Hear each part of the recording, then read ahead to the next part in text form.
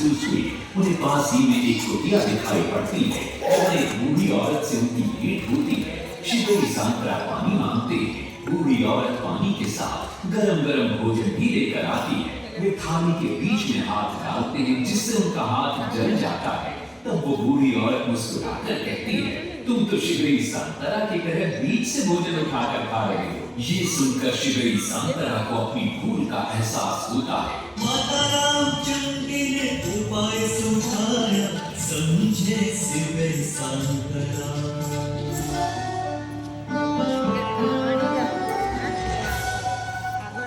तत्पश्चात वो किनारे से पत्थर डलवाना शुरू करते हैं और मंदिर निर्माण का कार्य तेजी से आगे बढ़ने लगता है।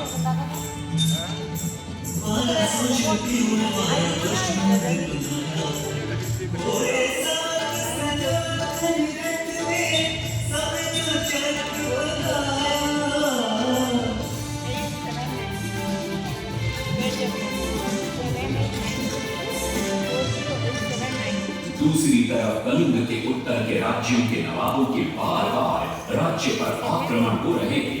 इन आक्रमणों से क्रोधित होकर नरसिंहदेव अपनी विशाल सेना को लेकर युद्ध के लिए निकल पड़े।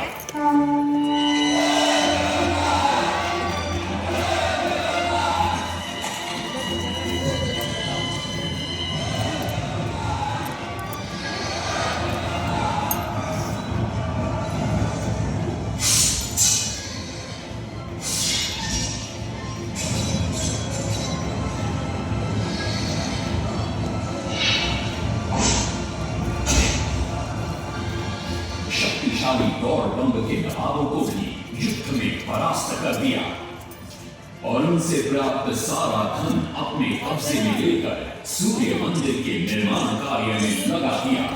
1200 कारीगरों के अथक प्रयास से 12 साल बाद विशाल और भव्य सूर्य मंदिर बनकर तैयार हुआ। उस समय के लोगों में वास्तुशास्त्र, ज्योतिष शास्त्र और खगोल शास्त्र का जो ज्ञान था, उसे देखकर आज के बड़े बड़े वैज्ञानिक भी आश्चर्यचकित रह जाते। कई प्रयासों के बाद भी मंदिर के गुंबद पर कलश स्थापित नहीं हो पा रहा था। क्रोधित नरसिंहदेव ने आदेश दिया कि कल प्रातः काल तक यदि कलश स्थापित नहीं हुआ तो सबके सर धड़ से अलग कर दिए जाएंगे। सभी शिल्पकार घोर चिंता में डूब जाते।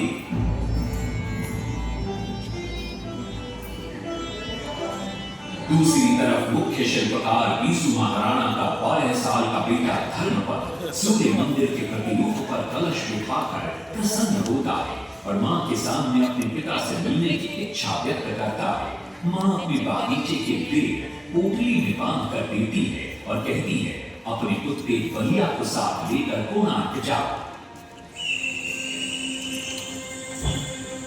बलिया अपने मालिक को पहचान देता है और बीसू महाराणा से निपट जाता है। धर्मपद अपने पिता को प्रणाम करता है और अपना परिचय देता है। सबको चिंता में देखकर वो अपने पिता से इसका कारण पूछता है। कारण जानकर धर्मपद कहता है, अगर आप आज्ञा दें तो मैं मंदिर के गुंबद पर कलश स्थापित कर सकता हूं। शिवई सांतरा धर्मपद को अनुमति दे देती। धर्मपद गुंबद पर चढ़ जाता है और कुछ ही समय के प्रयत्न के पश्चात वो कलश को स्थापित करने में सफल हो जाता है। गुंबद पर कलश स्थापित होते नीचे गर्भगृह में चारों दिशाओं में लगे चुंबकों के आकर्षण से सूर्य महाप्रभु की मूर्ति शून्य में स्थापित हो जाती है। सब धर्मपद को कंधे पर बिठाकर खुशी से नृत्य करने लगते। तभी कुछ कारीगर इसका विरोध करते हुए कहते, अगर सुबह राजा को ये पता लग गया कि इस बच्चे ने कलश को स्थापित किया है तो किसी का बचना संभव नहीं है, इसलिए धर्मपद को मरना होगा। इस बात से शिवई सांतरा बड़े क्रोधित हो जाते हैं। भीषण वाद विवाद छिड़ जाता है। ये सब देखकर धर्मपद गहरी चिंता में पड़ जाता है और वो सोचता है कि यदि मेरे जीवित रहने से इन सब का सर काट दिया जाएगा तो इससे अच्छा है कि मैं आत्म बलिदान कर दूं ताकि सबके प्राण बच जाएं। और उसी पल धर्मपद नवनिर्मित सूर्य मंदिर के शिखर पर चढ़ जाता है।